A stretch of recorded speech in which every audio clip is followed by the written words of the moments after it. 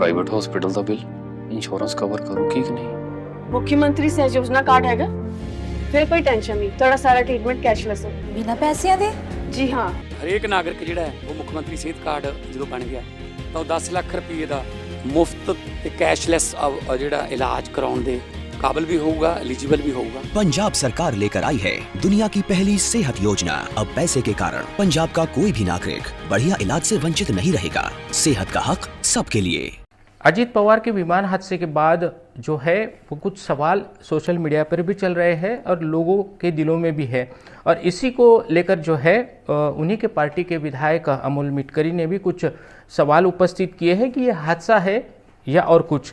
इसी को लेकर हमारे साथ अमोल मिटकरी जी है। सर मुझे बोलिए कि इस हादसे के बाद किस तरीके से सवाल जो है सामने दिखाई दे रहे हैं?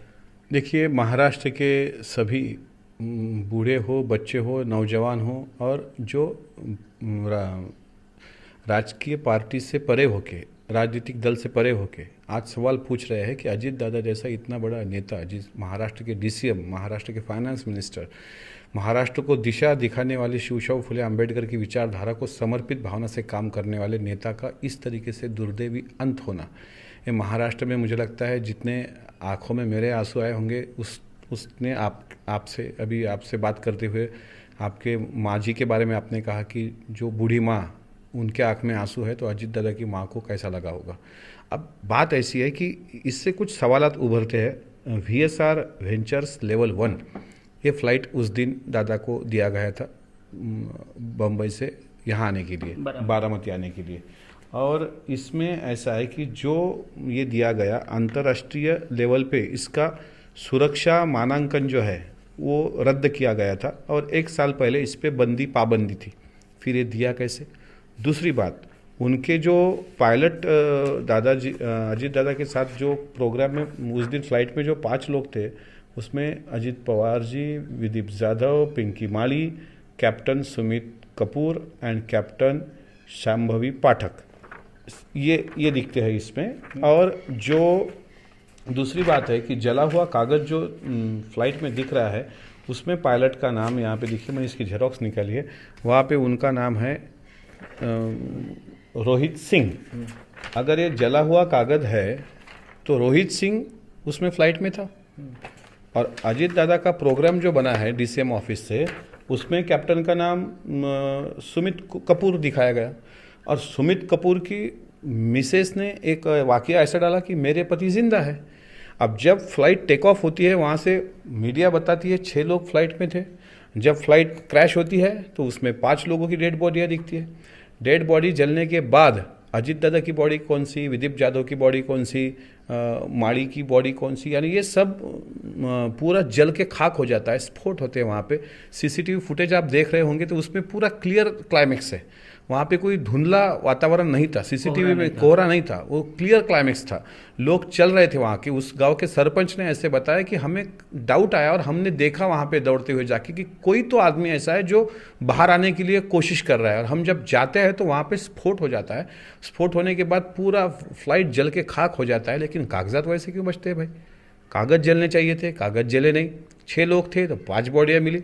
ये जो है सुमित कपूर, ये फ्लाइट में लेफ्टिनेंट था, वो उसकी मिसेस कहती है कि वो सुरक्षित है। रोहित सिंह फ्लाइट, अरे क्या है, 2 लोग बोलते हैं कि हमें फ़्लाइट के लिए आने के लिए डिले हो रहा है, तो फ्लाइट का पायलट जिसकी हिस्ट्री शराब पीने की थी, जो सस्पेंड किया गया था 3 साल पहले, जो फ्लाइट दिया गया उस पर भी बंदी थी, पाबंदी थी। एक GR निकाला था जब यहाँ के मुख्यमंत्री जिनका अभी रूपानी जी गुजरात के, उनका जो ऐसा ही एक हादसा हुआ उनके साथ, तो उसके बाद सेंट्रल गवर्नमेंट ने एक GR निकाला था कि इसके बाद VIP लोगों की सुरक्षा व्यवस्था, खासकर उस पर ऐसा निधि कन्वर्ट किया जाएगा, और VIP लोगों का पूरा नियंत्रण, फ्लाइट नियंत्रण, फ्यूल कितना है, कितने लोग बैठ सकते हैं, वो सेफ्टी है क्या, उसको चेक करना, इस पर एक GR निकला था। उसका अमल क्यों नहीं हुआ, ऐसी साशंकताएँ दिल में है।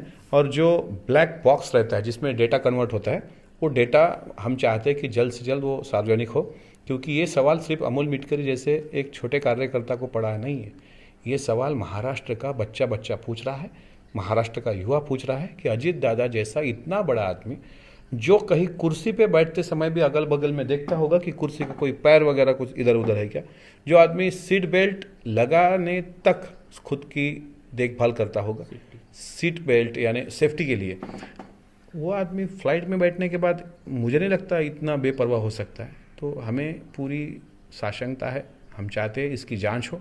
मैं महाराष्ट्र के मुख्यमंत्री जी को धन्यवाद दूंगा, उन्होंने CID जांच लगाई है, लेकिन ये पूरी तरीके से निष्पक्ष जांच हो। इसलिए मैं चाहूँगा कि एक न्यायमूर्ति के अंडर एक समिति गठित हो, और मैं महाराष्ट्र के मुख्यमंत्री को भी उस बारे में बोलना चाहूँगा। महाराष्ट्र के दोनों उप मुख्यमंत्री, अभी हमारे पार्टी के वरिष्ठ नेता, हमारे पार्टी के भावी राष्ट्रीय अध्यक्ष, हमारे पार्टी के नेता के बावजूद गट नेता, और महाराष्ट्र की DCM पहली महिला उप मुख्यमंत्री सुनेत्रा वहिनी पवार साहब, इनसे भी मैं मिलूंगा और कहूँगा कि हमें ऐसी ऐसी साशंकता है, बस हमारा वहम जो है वो दूर कर दीजिए बस।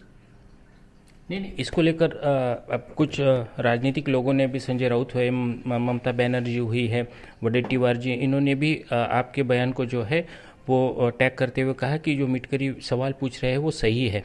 नहीं, देखिए, ममता बनर्जी ने जिस दिन ही हादसा हुआ उस दिन ही ऐसा कहा था कि यहाँ पे अजीत दादा का जो प्लेन क्रैश हुआ उसमें मुझे साशंकता लगती है, उनका घातपात हुआ होगा, ऐसी साशंकता उन्होंने बताई। तो उसके बाद तुरंत आदरणीय पवार साहब ने स्टेटमेंट दिया था कि इस पर कोई राजनीति ना हो, और उसका कारण भी ये था कि आखिर वो वरिष्ठ नेता है, घर में सबसे बड़े हैं, अजीत दादा के बाप समान है, दादा उनके बच्चे जैसे हैं, तो उन्होंने पूरा ये कंट्रोल करने के लिए उस वक्त ली हुई भूमिका बिल्कुल बराबर थी। हम भी सदमे में थे, लेकिन जैसे ये एक एक कड़िया, अभी कुछ मिनट पहले मीडिया पे बात चल रही कि वो फ्लाइट ही गलत था करके, यानी वो डिसमेंटल के जैसा ही था। रही बात संजय राउत साहब की और विजय वडेट्टीवार जी की, तो ये इस हादसे को राजनीति के दृष्टिकोण से देखते हैं। वो कहते हैं कि वो बीजेपी की फाइल दादा ओपन करने वाले थे, वो फाइल लेके जा रहे थे, तो इसमें ये सब बकवास बातें हैं। हालांकि मेरा स्टेटमेंट है, महाराष्ट्र की सामान्य जनता ऐसी पूछ रही है कि ये क्यों और कैसे हुआ हादसा है, अजीत दादा कहाँ गए, कहाँ तुम चले गए। तो आपने कहा कुछ देर पहले कि इस पर एक चर्चा के लिए अधिवेशन, जो आने वाला अधिवेशन है उसमें एक दिन रखना चाहिए और इसकी पूरी जांच पड़ताल या जो भी सामने आया है उसमें। अभी 23 फरवरी से महाराष्ट्र का बजट सेशन चलेगा।